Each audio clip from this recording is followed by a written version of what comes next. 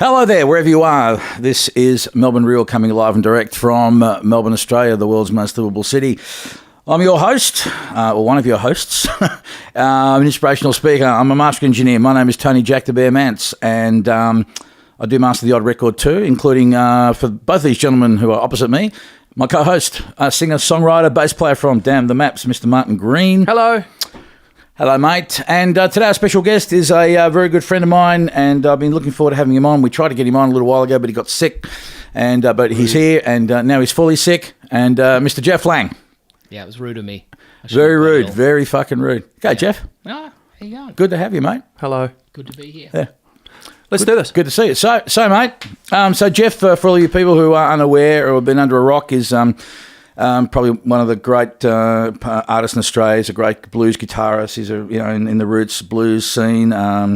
He has an incredible band. He's released 10, 11 albums now. Jeff, you done? Lost count. Lost count. And I first came across Jeff many moons ago. Listened to the radio when I know you don't really like talking about it, but this is how I came across it. About the radio. Yeah. But Jeff put out a little when he was 17. He put out a 4-track cassette sampler that our friend Billy Pennell was good enough to feature on his radio program, and I was just really taken back. So I actually wagged school on the Monday, took the tram to Gaslight Records to buy the cassette. How old-fashioned record stores, cassettes. Yeah. So I bought it, and it was this 4-track sampler which showcased Jeff as the 4 instrumental tracks, showcased his guitar playing, and he played some sort of chicken picking stuff. There was this really cool rock thing. There was this great kind of blues, Pink Floydy, Gilmour-inspired type thing. But it was fucking awesome. So, and then I'd always wanted to work with Jeff, and it took a while, but we finally got there sometime in 2000. Yeah. So early 2000s, and it was downhill from there. So good to have you on board, mate. Yeah. Thanks for coming. Having a yak with you. Yeah. So what's been going on with you of late? Oh, I've just been doing, I made a record that came out last year with some Indian guys, a couple of guys from Rajasthan, folk musicians, and a friend of mine from Sydney who's a North Indian classical tabla player named Bobby Singh. Asin Khan and Bunga Khan, they're folk musicians from Rajasthan. We met up with them over there. Not related to Chaka Khan? Sadly not. Okay. I wouldn't have minded, an introduction. Yeah. But no, Rufus didn't turn up to play bass or anything. Okay. I feel for you, man. Yeah, anyway, go on.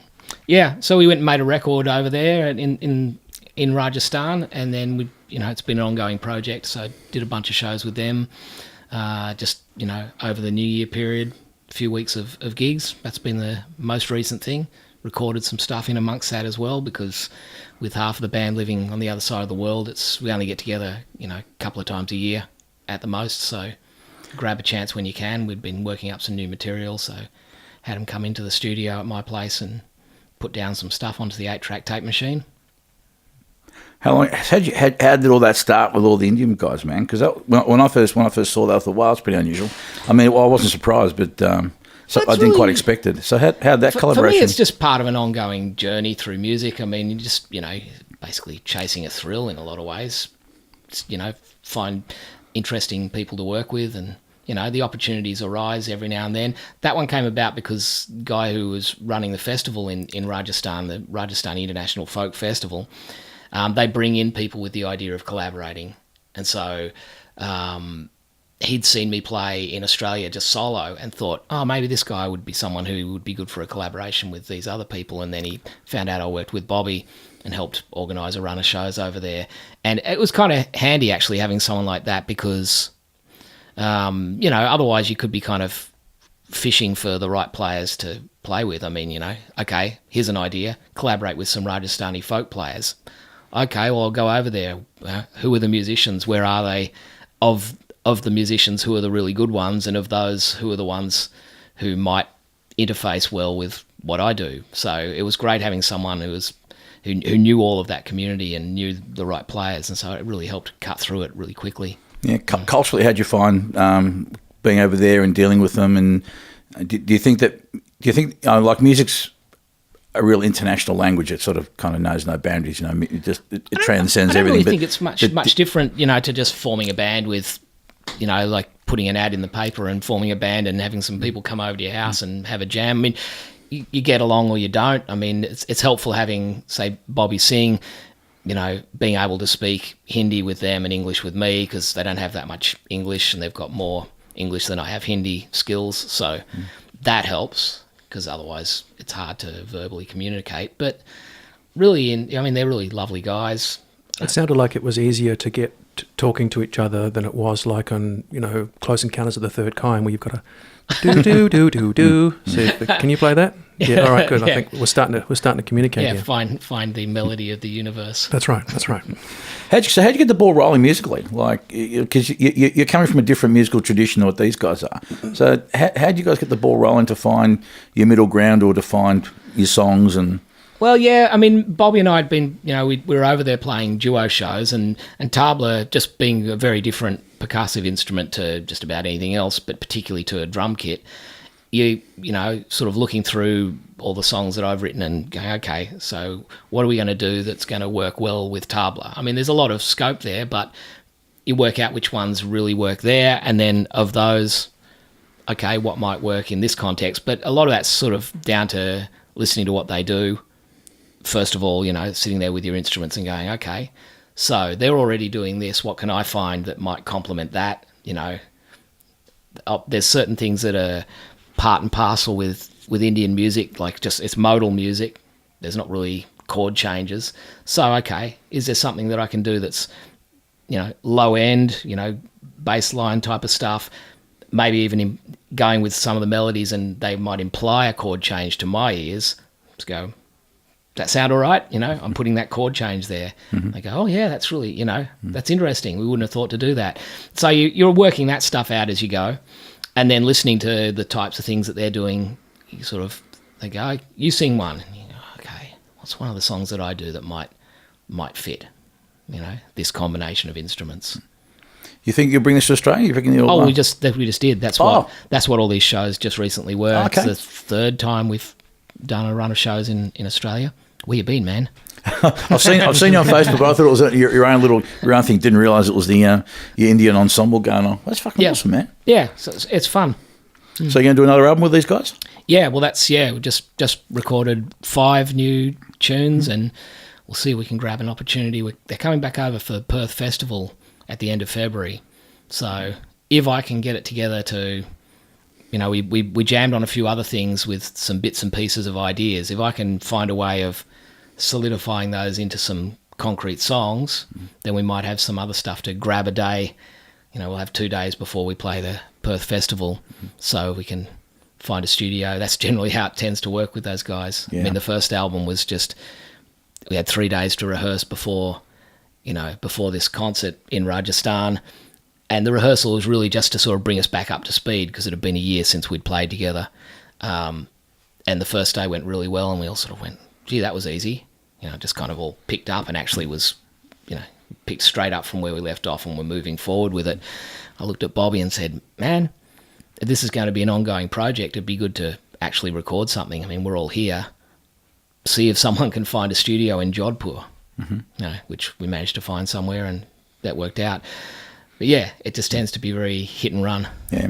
How did you find the level of personnel in India working when it came to doing, as far as front of house guys and just the general audio and lighting sort of community there? It's hard for me to say in terms of generally, because I mean the run of shows that Bobby and I did, they were all like kind of set up by DFAT and Australian Consular General. It was so not like your DFAT's not a dude's name. No, right?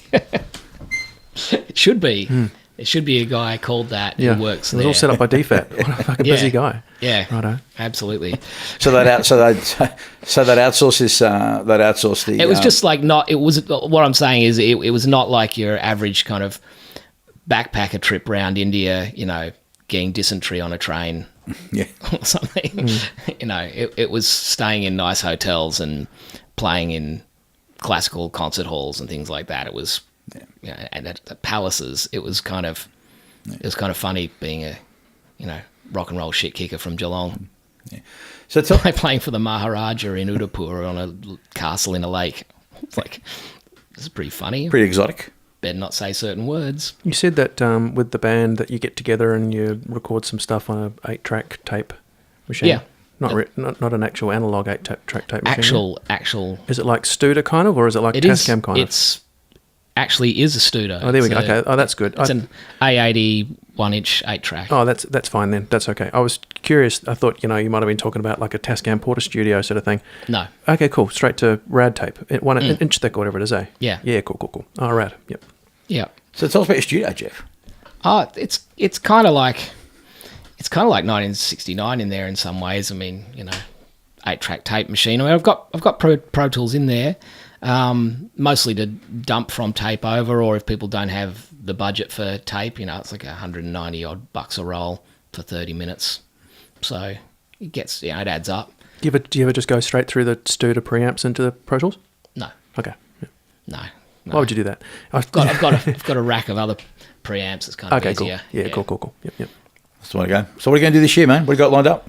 I just want to write some more stuff. Yeah, I've got a few ideas about possible projects. Maybe an album of duets with some people.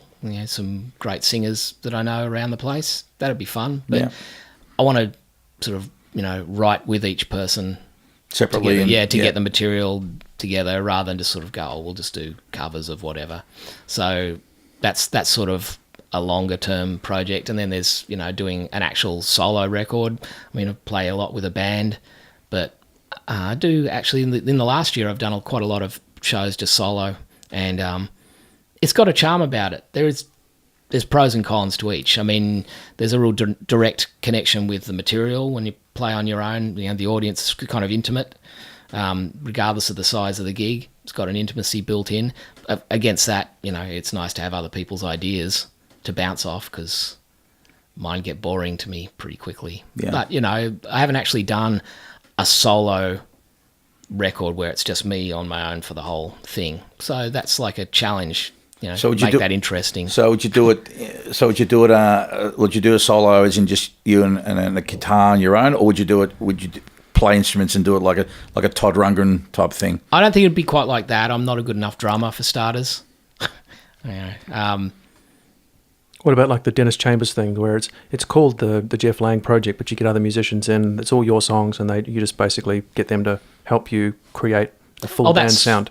That's what I do most of the time. Like with a band, it's a Jeff Lang record. It's your baby. But it'll be featuring players that I like to help, like Bill Frisell would do, or something like that. Loads of people. This if it happens, you got to have the right songs for it. Of course. Some of the ones that I've written so far, they seem to work in that solo stripped back way. It really depends. It might add bits and pieces here and there, or it might just be straight ahead like a folk recording. We'll see. I don't like to tie it down too much. Just have a general idea of where to shoot for. Where you're aiming it at. You're lobbing it into that corner of the park, and if it lands somewhere in there, that's fine. And just open to whatever happens. Yeah, it generally works that way with me. Just, even playing with a band, I'd rather just have people who I like their ideas and tell them as little what to do as possible, because then while you're doing it, I generally record live in a room together. So and then track over the top. If need be. Lead vocal done live. Oh, okay, cool. Solos done with the band. Yep. If you need to add a rhythm guitar or something, maybe, but or harmonies or something. But so you're trying to basically most of the time cram everything into 8 tracks? Yeah. Yep, cool. How many mics on the drums? 3 or 4. 3 or 4. Okay, cool. Yeah, the Glyn John setup. Okay. Works really well. Yep, cool. Yep. Actually, I want to ask both of you this question, because this to me is still, I think, the greatest mystery in all the music for me, and I think it's probably the most important part of music, and that is everything always comes down to the song. Everything's about the song, and unless you have a great song, then it doesn't matter what you do beyond that. You can produce the shit out of a shit song. Exactly, and it's still going to be a shit song. Yeah. And so for me, I find that songwriters I really respect a great deal, because I think that's probably the hardest fucking thing to do. So both of you, I'm just curious, like what's your approach to writing? What do you think constitutes a good song, in your opinion? You go first. Oh, okay. Well, I mean, I like this in terms of lyrically. I like a story-based song a lot of the time. I don't generally, speaking just for myself, it's not necessarily what I look for in anyone else. I just look for something that's compelling, as far as the lyrics go. But I don't tend to write, diary entry type of songs myself. They're not generally directly. It's more made up. But I mean, that's, even as I say that, that's not really the foremost thing. It's to create a mood, But we're talking about the performance and the recording of it here. The actual creation of the song, I just like to get led by the nose into it a fair bit, rather than sort of sit down and go, oh, here's a thing, I'll write about this. Because then I just end up with a bunch of my thoughts about a thing. And I have my thoughts all the time, and to me, they're quite annoying. So to sort of read about them again, and it just feels really contrived most of the time if I do that. So I like to kind of just let it take me somewhere, and then you can always analyse it later and see if it actually works. Yeah. Speaking of lyrics, I mean, we had the conversation about Courtney Barnett and how she's fucking good. Amazing how she goes about putting her words together. She's got her own way of doing it. It's cool. And very parochial, and just not afraid to be really, really local in terms of what she. I think for great. For Australian writers, that got opened up a fair bit through in the charts when I was growing up. You had people like Paul Kelly, Don Walker with Cold Chisel. His songs had they were very local referenced. The point of view was very Australian. Mick Thomas with Weddings, Parties, Anything. These were people who had successful records, and they weren't afraid to, it's like a casual arrogance with American writers that you can sing, you can name the song Memphis, Tennessee, and everyone goes, yeah, right on. Whereas it still can feel a little bit like, oh, how embarrassing. You're just writing about, Preston. Yeah. So it's great. It's great to see someone like Courtney Barnett just pick the ball up there and go, you can just do that, and why not? It's no different to being a comedian and standing in an auditorium and going, "Who here's from Colorado? Yay! You've won laughs and votes and applause just by saying the name of a town." So no different, is it? Yeah, that's right. It's just I don't know. Yeah, I mean, you moved over here from New Zealand. Is there that sort of cultural cringe that happens with New Zealand, where to an Australian audience, if you're from here and you do that, it's generally seen as a bit of a cringe. Yep, absolutely. It's exactly the same. Yeah, I didn't really have much. I should have had probably more appreciation for New Zealand music than I did, but I just didn't. When Split Ends or whatever dropped the word Te Ao Mutu, I just don't give a fuck about it. It's just nice that if people do that, it just becomes, you don't necessarily have to even pay attention to it, but it's good if that people did that. It makes it just part of the acceptable norm, especially if they have hits with it. Sure, but then it's just like, well, whatever, you can do that. But something seems a bit more attractive when Jay-Z rocks out New York City. It just sounds fucking rad. It seems a pretty great city. Nothing wrong with that city. Yeah, it's just interesting to me how Americans, if they hear that, they also go, yeah. Like it doesn't actually turn them off being from there. But that could lead to further kind of approval. I mean, singing an American accent seems to get the all-round most of the time as well. I mean, it seems like there's only a small handful of accents that are, shall we say, appropriate. I mean, there's a lot of hip-hop that's done in a British geezer, sort of accent, and that's great because it's its own thing. I think it's down to who you were influenced by. Sure. Like if someone just grew up listening to American country music and then they start writing songs, to me it would be more natural that they would just start to sing and slip into that, because that's what's influenced them. Why do you have an accent at all? It's just from listening to the people talk around you. So if you're listening to primarily people singing in a certain way, then it would be unnatural to go, no, I'm from Australia, I should definitely push an Australian accent in there. If it happens naturally, then fine. Look at Robert Plant, by the end of it, in interviews, he was talking in an American accent. You know what I mean? It was just such a huge influence on him. So what's your take on what makes a song work? Makes a song work? Lyrics and if there's drums, a beat. Man, it's good. It's got to have a good groove. An interesting groove. Absolutely. I think that's why I was probably so influenced by like Sabbath, because that bottom end and the rhythm section were always there. Clever things like when the band can pay particular attention to what the vocals are doing, so the music drives drives the vocals and the vocals drive the music. They work together. They work in unison. I like the way the Who worked like that. Sure. You know, Keith Moon would often be playing fills that were based around the vocals. Some of the fantastic. Best drummers I've ever worked with were the guys that asked the engineer to have more vocals in their mix. They're following the vocals. They're not following the guitars or the bass. That's what they're focused on. And lyrically, it has to grab my attention with something, either a story or a concept, or again, just that same old thing that good art is, something that makes you think, or something you didn't probably think before. I think when I write, I tend to either take an experience, but because my life is kind of boring, to the average listener, I'm not living the Amy Winehouse lifestyle. I would take an experience and then I would blow it way out of proportion, turn it into something far bigger than it is. And, people can believe that I had that experience. Who gives a shit? The fact is it turns the song into something far more intense and engaging. Absolutely. You've only got, like whatever, 3 or 4 or 5 minutes, however long the song is. Make your point. Yeah, make your point. It's not a novel. And changes. I mean, take verses, right? I mean, you can have your verse, that's great, and it can go for 8 bars or whatever it is. But my guitarist Nick and I, we're always kind of the same. We can always preempt when either one of us is probably going to get bored. We've got that kind of boredom thing, and so that when it comes out of a chorus, that delta good drum comes out of the chorus and it just goes straight back into another verse again. That shit just drives me fucking insane. I hate it. And when you get to that, that second half of that second verse and it's just exactly the same, and I feel that tedium just creeping straight in. And bands and artists and musicians that recognize that and do those clever little changes and stuff to keep things interesting, or worst case scenario, some lyrical reference back to the first one, so you feel like you're actually singing the same verse, or making the verse more chorus-like, so it's even more hooky. Those things for me get me It's interesting. steamy. I'd agree with that in general, certainly as far as like a pop song goes, or even a rock song. But then there's lots of things that I like where they're based on a hypnotic mood. Sure, don't get me wrong. Yeah. You listen to Elbow or something, and it's just a group. That's fine. Or, John Lee Hooker or something, where he barely sings any words, just moans and sings a couple of lines, and it just drifts along through this mood like you're sort of suspended in a cloud or something. It's that can be really appealing.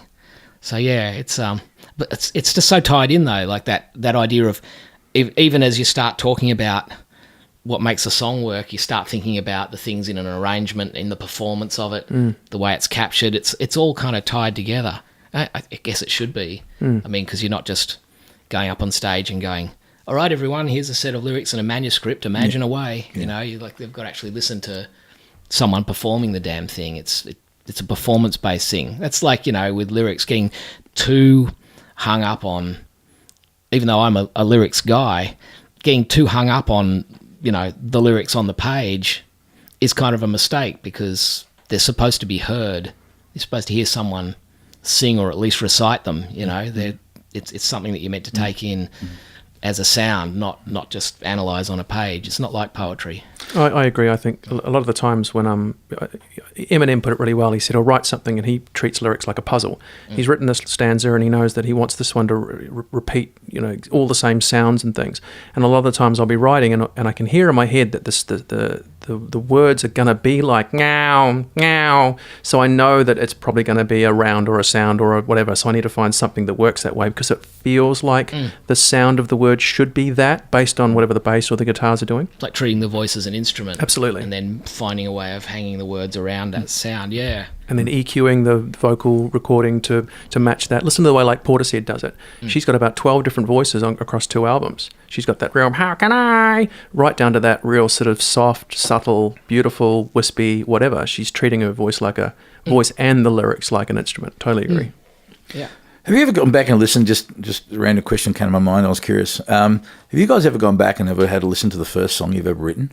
Don't have much desire. It'd be like going further back and just grabbing your first poetry book out of the thing and just going, 9-year-old Martin, what were you doing? What were you honestly Were you 9 when thinking? you wrote your first song? Oh, yeah. Oh, wow. I wrote it for a school play. Yeah? I reworked another one, of course. Yeah. Yeah, they're generally I'm speaking for myself. They're not very, original. No. I actually don't even like that term when people go, "Oh, do you do originals?" It's like, not very. Well, I guess everyone's got a derivative of everything else. Yeah, it's just one of those funny terms. It always sounds kind of jarring to me. It's like, oh, I'm doing a set of originals. Generally, if you hear them, they're not very, you're not inventing stuff. They're definitely erring on the lame side of derivative, my earliest efforts. Yeah, I'm not too keen. Hey, tell me, Jeff, you done many videos yourself? I mean, I know you've Not released that many. I know you've released some DVDs and stuff like that, but you haven't really done much in video, have you? Not as much as I've done recording wise. Yeah. It's usually down to money, isn't it? What do you think of the medium?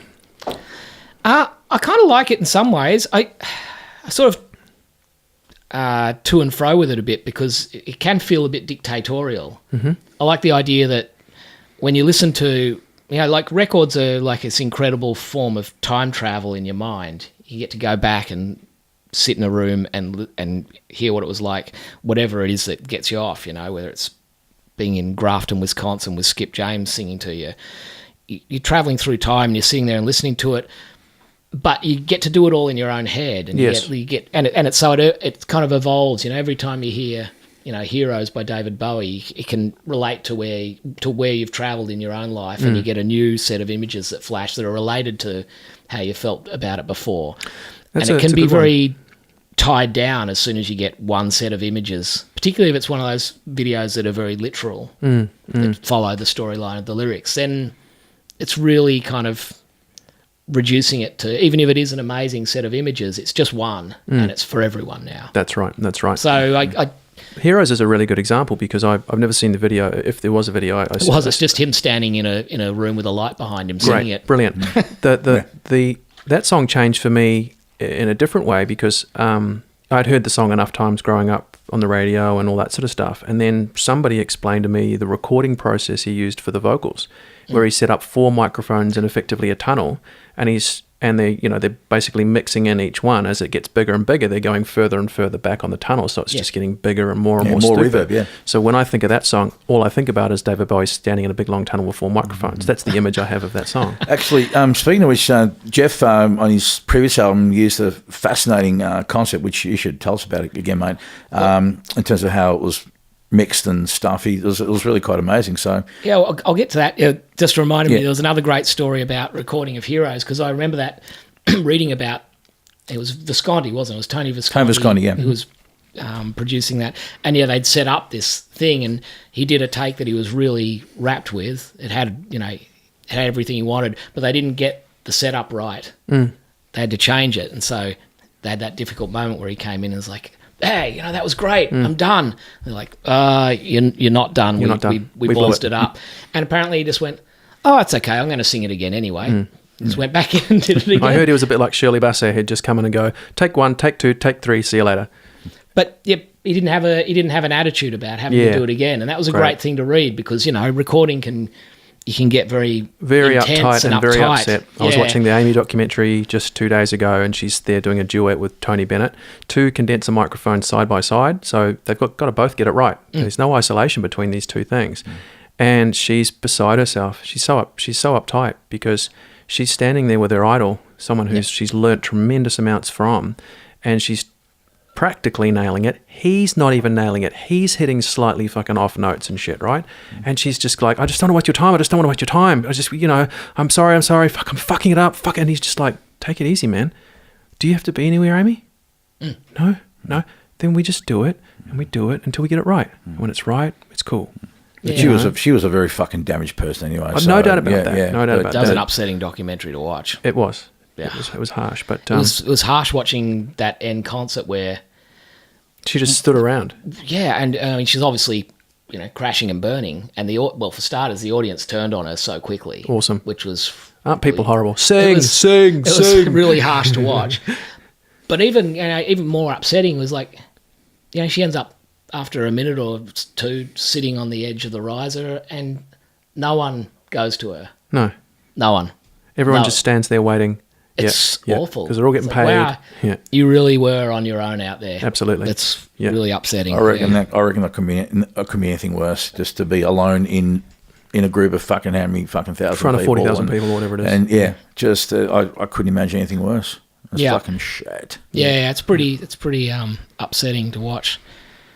But yeah, anyway, yeah. So back to that Bowie thing. It was great to sort of read that story and go, oh yeah. So even someone at that level, he wasn't uptight about it. You don't have to be. You don't have to be like, but that was it. That's the moment. That's gonna. It's like, yeah, well, we blew it. Whatever. Do it again, mate. Yeah. And I've been there in early recording experiences where it's like, you what? You punched in on the multi-track and recorded over the intro. I've got to do it again. Yeah. Fuck. And it's like, Yeah. what do you mean you got to do it again? Oh, fuck. You're going to play it again anyway. Yeah. The intro to Celebration Day was perfect. A cleaner did what? Yeah, absolutely. Erased And he just dealt with it. It's like, He just we I like think- the take. I mean, he had her executed. I know that for a fact. But, Yeah, so you mentioned this mixing thing. Yeah. On the last album. It was a kooky idea. It was just, when you've made a bunch of recordings, and I just like to find ways of re-engaging with the process. Mm-hmm. So, I mean, I might set up a little rule for myself. Like the second and most recent album, it was everything has to fit onto the 8 tracks. So if there's something that has to be added, if there's there needs to be 9 or 10, different elements. you've got to slot it onto a track that's empty at the time. You got to exactly, yeah. So there'll be BVs, and then there'll be a guitar solo, and it's just like a little rule for yourself. And finding a way to do that was fun. It is fun, yeah. And this time round, it was okay. At the outset, the idea was, okay, I know that you could record or in a big room and set it up with just maybe 2 or 3 microphones for the whole band and arrange yourselves around them. You could do it that way, but I wonder if it would be possible to multi-track everything and just get everything really tightly recorded and then just reamp the entire band around a Blumline stereo microphone and treat the speakers like players, and you just move them in and out to get the balance right. Rad. And then just have that Blumline microphone be the mix bus. Beautiful. Yeah, so that was what I did with the last record. That's cool. And actually the last 2, the Indian one was done like that too. What's that Cowboy Junkies? They set up all their stuff with a single microphone in the room as well. They did the same That's thing. right, Trinity yeah. Sessions or whatever. Trinity Sessions, that's right. That was recorded that way though, wasn't it? That's right, Yeah, yeah. this One is mic. doing it, mixing it that way. Beautiful. So yeah, just as a different way of doing it. And Do you it remember- worked. It was cool. You remember still having to play the faders as you go? Your fade ins and your fade outs? Yeah. Oh, actually, all of the songs were like, the song's actually finished. But yeah, it's kind of, it was like a mixed, doing it. It was basically put into the computer, and then a lot of things were treated. So, you don't want to get too much, ambient rustling of things. So there's a lot of editing tracks to finish cleanly, because there was always going to be a basic room noise floor of the room the microphone's sitting in. So that becomes that, that we even mastered it to make sure that it didn't go down to digital black between tracks, just so it wouldn't, if someone did bother to listen to the whole album, who knows if that happens. Isn't that a funny thing when, thanks to the Pro Tools world, when a song does go completely, utterly silent for, a fraction of a second? I think about emo. I've listened to a little bit of emo in my time, and there's only 1 or 2 bands I really care about. All the rest are just too irritating. And every once in a while, there's this big, whatever, and then it just goes, and then back in again, and that it's so unnerving. That pure absolute silence for half a second, for a split second. Yeah, it's crazy. Yeah. So yeah, I just thought, well, if anyone's going to be listening to it in headphones, particularly, that's really it just doesn't break the mood. That general little bit of noise floor just stays between songs, and then the band starts up another track. Just without any talking and arguing in between. Yeah. Yeah, I think it also it comes back to even the old, especially guys of our generation have been used to, grew up with vinyl. We're used to that kind of thing of just having that little bit of subtle patina of noise. Just the pitter patter of little feet. Going on in between tracks. So there was a certain, with that approach.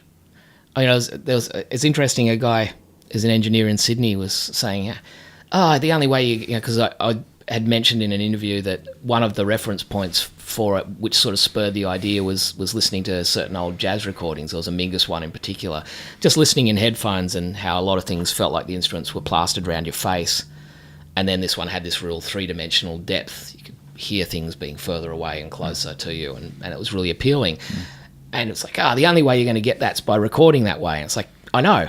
I'm not looking to get the exact same thing. Otherwise, I would, find out the dimensions of the room and the exact mics, etc. And it's not really the point. It was just more, about that re-engagement with the process, this time with mixing. It's like, okay, I wonder if there's a different way entirely of mixing that can actually be rewarding, and if it can get you somewhat near, again, it's that idea of you're lobbing it into just an area in the field. It's not specific. It's not, if it doesn't sound exactly like, whichever record you choose to mention, then I'll be really dissatisfied. It's just, if I can get a bit of a three-dimensional sense of space around the instruments and do it this way, that'll be fun to try. Yeah. That's really it. Yeah. It is. You are right, though. It's like, take, for example, using a vocal microphone, and you might be doing backups, or you might be doing some sort of thing, and you can stand real close to it, and then you can sing or whatever, and you can just gradually step away. That stepping away from the microphone sounds different to if you kept right up close to the microphone and faded it out. Absolutely. It's just completely different, and it's in some cases better, and sometimes worse. Yeah. Worse because you really needed that extra bit of volume right at the end, and you probably shouldn't have moved away so quickly or whatever. If you stay close, the engineer can do whatever they want. But yeah, I love that difference. I like to do especially real wispy stereo backup vocals, to sort of get in close and then move away and those sorts of things. It's fun. Yeah. It's all about having fun with the process, because recording is fun. I find it really good fun. It's always surprising. Like I know I've got friends who are really great players who'll go, I love gigging and playing, but recording's always really disappointing, because it's not like a gig. You don't get the instant gratification of getting the feedback from the audience and the energy and stuff. Yeah, it's not the visceral experience, but if you don't expect it to be, you can just enjoy it for what it is. You're creating something. You're not just performing something. Yeah. It's its own beast, and there's so many different ways of doing it. Yeah, and that's kind of endlessly fascinating, and it feeds into each one feeds the other.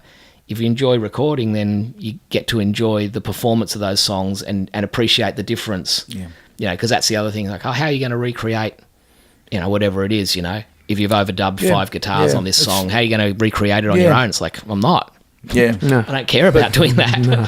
It's funny that sometimes you don't have to be that pure. Sometimes that expectation of people, they go to a live gig almost expecting to hear the record just recreated live. I've just known people like that. Like that. Yeah. But I don't know. For me, I think I'm going to see the performer perform, and sometimes it's interesting to see them maybe do a different interpretation of what they're performing, and not stick absolutely true to the version that people know and they're comfortable with, and what have you. I think it's good because again, I'm not a musician. I've never played live or anything like that, but I could imagine that.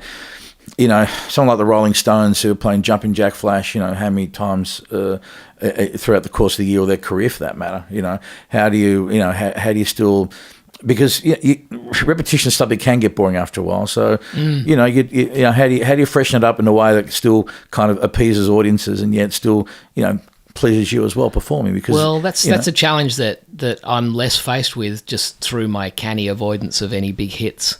I think the biggest problem with the album not sounding as much like the live recording is when you've only got one guitarist. So as soon as that guitarist switches to a solo, you've just got a solo over bass, and unless you, a big hole. There's a big hole, and unless you're someone like Muse or and we do the same thing. You do a similar thing with your band. Well, we do, and that's right. But we fill it up with effects. We fill it up with big bass fuzzes and distortions and stuff to fill up that high end. So there is something there. You got someone like Richard Thompson, the English guitar player, and he's got this great style of he's always incorporating drones into the way he plays. Absolutely. So there'll be there's always something underneath. Yeah. His style helps fill it out.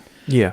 Analog delay is very, very nice because of the way it decays, and it decays, all the treble comes off it, so it's always that underneath. And loops, I mean, guys like King of the North, for example, just the guitars and drums who play a massive sound, but, just with some loops and effects, and they put, and the band that you put me onto, Royal Blood, he's a bass guitarist, no bass less, and drums, is creating, a sound where if you didn't know, because I didn't, when Martin first introduced me to them and I heard them, and I was fucking so blown away. You're probably thinking, that's a pretty awesome sounding 3-piece. Yeah, exactly. That's right. And then I went and saw their video. And I thought, fuck, there's just one dude. There's two of them. One bass guitarist is fucking, even with some effects or loops or whatever they're doing, but still, fuck me, man. It's incredible fucking thing. That Jack White school of rock and roll guitar technicianary stuff. It's one pickup's feeding this amp, one pickup's feeding that amp, octavers, splitters, those sorts of things, so that and so he is able to kick off his bass sound, play that that solo on the bass, and it sounds like a guitar because everything's octave up, and then he can just kick it back in. Brilliant. And they're also successfully able to do that thing too, where what they're doing on record. They can, even though it probably hasn't been done live in the studio that way, but no doubt predominantly. But they're able to recreate that. I saw them live on a TV show thing, and it sounded huge. Oh yeah. Was it definitely got? Was it that thing they did on the ferry? Or was it the Channel V thing? I don't know. Were they in Australia or something? No. It was a different thing. Award show or something. Yeah. In England. Oh yeah. I think the British TV or fucking Film Awards or some kind of entertainment thing. Yeah. A lot of bands doing that exact same system. The trap, of course, with that is that what do you do if the power goes down or if that effect pedal stops working? But it show's over, man. Show's over. Yeah.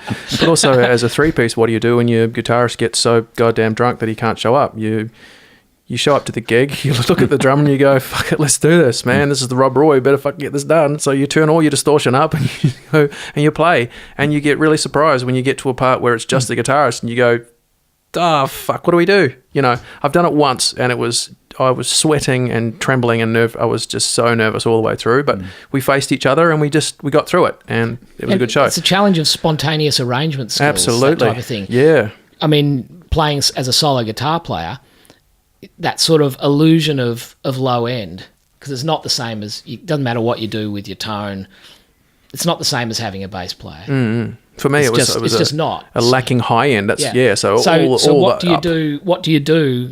So the challenge with that low end thing is, how do you arrange your playing so that when you add the lower end component of your sound, the bottom string, say, where do you judiciously add that to where it actually sounds like, oh my God, there's all this low end. It's like there's a bass player. Yeah. It's like a trick in a way. Yeah, that's right. How do you arrange the song so that it can actually spontaneously have these layers happening to it? You just write everything in E and just keep flicking that top string, man. I was just asking, in with all the things you've done so far, is there anything else that you'd like to achieve, mate? Or anyone that you'd like to work with, or venues you'd like to play, or just anything that you haven't accomplished yet that you'd like to be able to... I don't really have like a list or anything like that. I mean, collaborative things, they tend to come up fairly spontaneously. I mean, this recording thing I'm thinking of doing with, collaborating with singers, doing duets and stuff, well, that's something where I can actually make a list and instigate it and actually see who says yes. See me do a few solo albums. Yeah, see me do a few solo albums in a row, you know that no one said yes. So listen. So, but I mean, as far as you just want to write a decent song, play a chord that sounds good and get a melody that excites you, and continues to. It's all very well being excited when you're writing it, but that can be fleeting. Yes. Speaking of writing and chords and that, we got your guitar there. Tell us about your guitar you bought him, man. This is cool. This is part of my live little cache of guitars. This is made by a guy in New Zealand named Steve Evans, an Englishman in New Zealand. I see. And Beltona guitars, he calls them. But it's got inbuilt amp in there on that. It's got a speaker in, like the old Vitrola principle. It's the resonator guitar, so it's got an aluminium speaker cone inside. It's a typical guitarist idea, really. Pre-electricity, they wanted it to be louder. But this guy makes these. It's small. It's like a Les Paul size, but he manages to actually get a fair bit of tone coming out of it for a small-bodied instrument. So yeah, it's good for touring because it's smaller. You know, some of the other resonator instruments are, you know, made of metal and they're quite heavy. Yeah. So anything that is kind of a bit portable. Yeah. And I've just been rigging this up with a different internal microphone setup. Just looking for that little bit of extra, 1% more happiness through a PA. Yeah. Always searching for that. I actually, sadly, sometimes will like wake up in the wee hours and lie in bed and think about signal routing. Happens. It's sad. It's worse things you could think about. Yeah, but it's a bit sad. Yeah. So you want to play us a tune? Sure. Anything you haven't released or? No. I've got some new tunes, but I haven't really learned them. All right. They're not up here yet. All right. We'll see if this one is. Okay. I haven't played it for a while, so All right. we'll see if it's still in there. All right.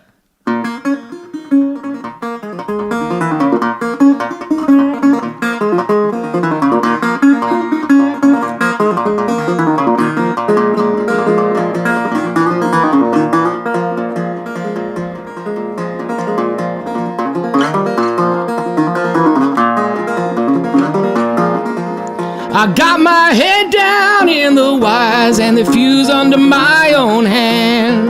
The circuits here, hell, they can't inspire if I can find the demand. If I can find me the demand.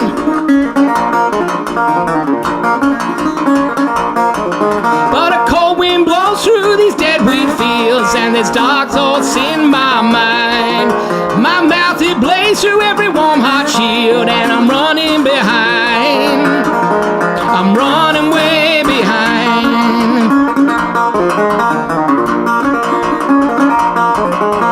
Strike off the second to send me a spark. Now I'm going for a window down here in the dark.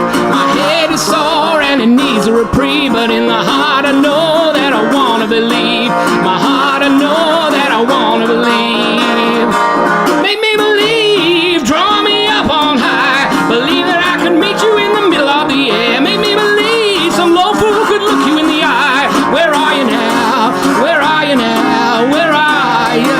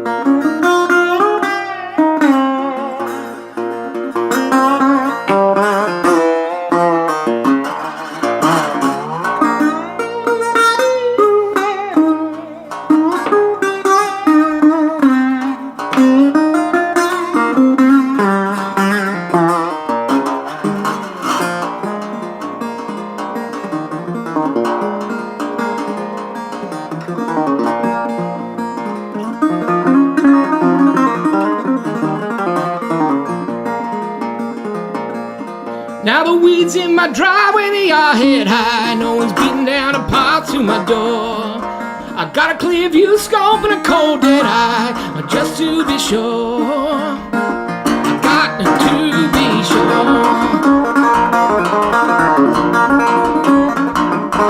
Let me believe the grand story one more time. Believe there could be something waiting for us there. Make me believe some low fool could look you in the eye. Where are you now? Where are you now? Where are you?